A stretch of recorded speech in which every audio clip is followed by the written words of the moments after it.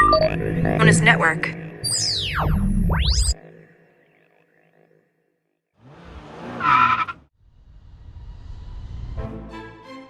I'm Gabe, and this is my film vidcast. It's kind of like a podcast, but I like to use visual aids, so YouTube is the perfect format.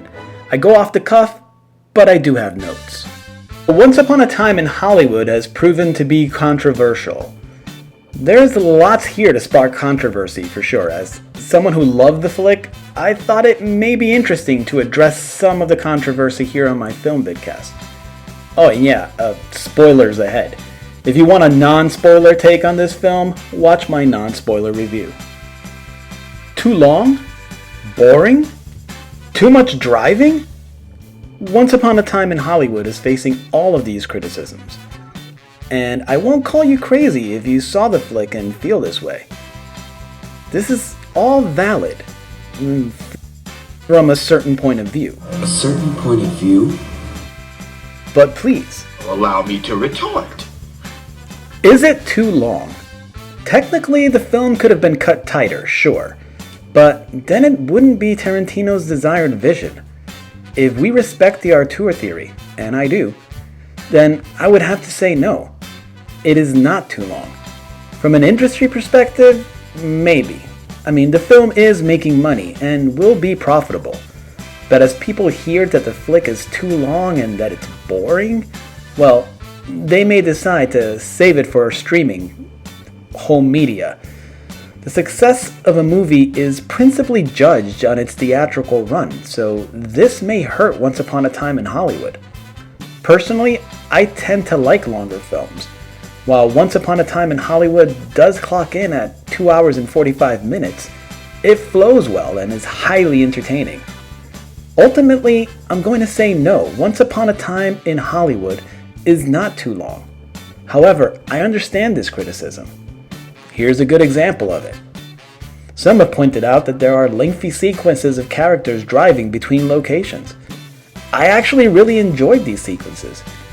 They were well shot and they showcased 1969 Hollywood. I mean, you don't transform the streets of Hollywood and then edit them out of the flick. Hollywood is a character in this film, and those sequences are like its close-up. As far as the flick being boring, I didn't think so. I believe fans of Tarantino would largely agree with me. I mean, there is loads going on in this flick. That being said, the flick does build slowly, and there are sequences that run for much longer than you would expect. The sequence in which Cliff, Brad Pitt, visits the ranch is lengthy, and while the scene is needed for foreshadowing and does pay off later in the flick, it did not technically need to be as long as it was. I could say the same about the Sharon Tate, Margot Robbie going in the movies sequence, though I think it made the character more endearing, and this is needed because of what one is anticipating will happen to the character. You need to like her so that you feel the impending dread. For obvious reasons, one is expecting her to meet a horrible end by the flick's finale, so spending time with her, I dug it. In any regard, this film is not for everyone. No film is, really. But there are flicks that lend themselves to more of a mass consumption feel and financial prominence. I don't believe Once Upon a Time in Hollywood is such a film. Now, you may be thinking, hey Gabe, none of this is really controversial. What gives? Well, we're getting to that.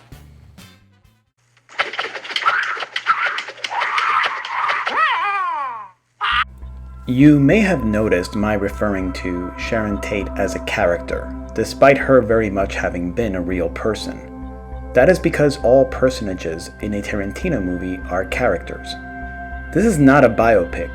Tarantino is giving us a version of Sharon Tate, and it may or may not be accurate. More on that later. Keeping that in mind, there have been some backlash with how Tarantino characterized Bruce Lee in this film. He is portrayed as rather arrogant and as a show-off who loves to brag. His daughter, Shannon Lee, was particularly offended by this. She made comments regarding her late father being turned into a punchline, an arrogant punching bag. People who knew Bruce have all said he would not have acted in such a manner. Let's add some context.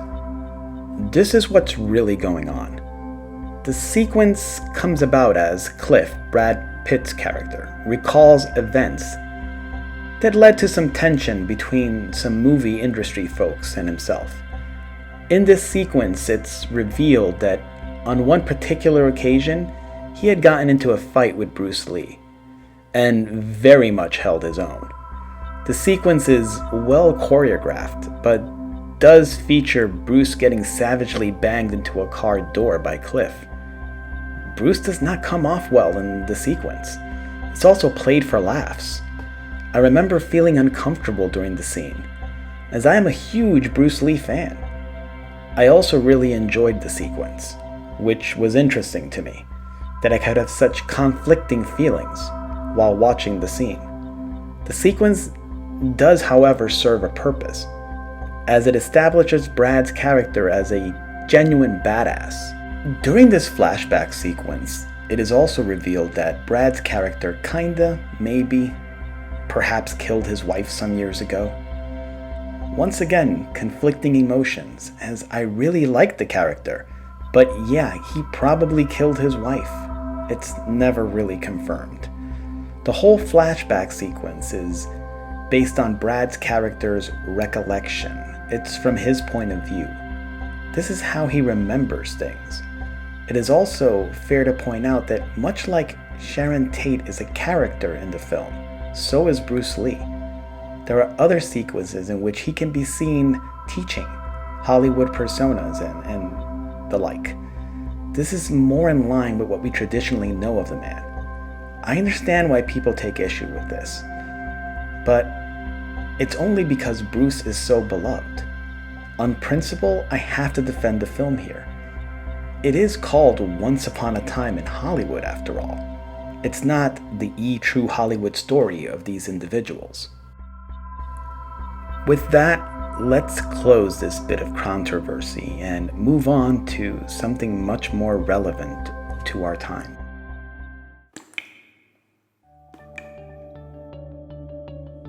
How women are being treated and portrayed in and around the movie industry is a sensitive issue these days, and for good reason. So a movie that features such violence against women is bound to get a fair bit of negative attention, and Once Upon a Time in Hollywood has indeed attracted such attention. The Hollywood Reporter, amongst numerous others, have taken aim at Tarantino. While this is a sensitive issue that should not be downplayed, I would like to offer a different perspective on this particular film. Cliff did maybe kill his wife, and if he did, he got away with it. This is a dilemma, as the character is otherwise likable. This is particularly relevant because of the film's climax. It features an alternate Tarantino-verse take on the infamous Manson family murders. During the finale, Cliff really lays into the female members of the Manson family, as well as the one male assailant present at the home invasion. The sequence is ultra-violent.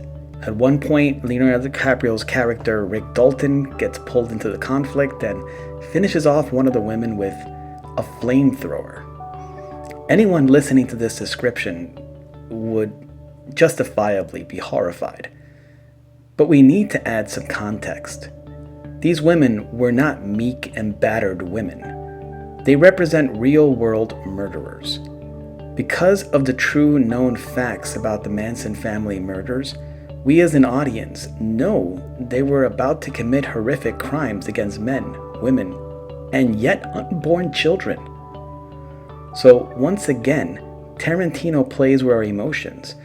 Do we get happy that the killers don't get to slaughter their victims? Or do we recoil at what our old pal Cliff is capable of? Particularly when we know what we know about his wife. Allegedly. Some may argue that as long as Tarantino was creating an alternative take on the events, he should have made more of the assailants male, and maybe even include Manson among them. I have to admit, I thought this very thing. A big siege scene as the Manson family storms the house would have been awesome, and Tarantino could have really let his imagination go wild in such a sequence. But the events played true right till the very last minute, and to alter the events prior to the big twist would have broadcasted that this was not going to go down as expected. Also, the film would have failed to create that emotional conflict in the audience. I could fault the movie for not going in this direction, but then I would be judging it on what it is not, rather than on what it is. This is what's brilliant about the film, that it can fuel such debate and elicit such strong emotions. This has layers, and some of them are ugly. Please feel free to leave your opinions in the comments. Till next time, this is Gabe, logging off. Please share, thumbs up, subscribe, help me build a film community, and thank you.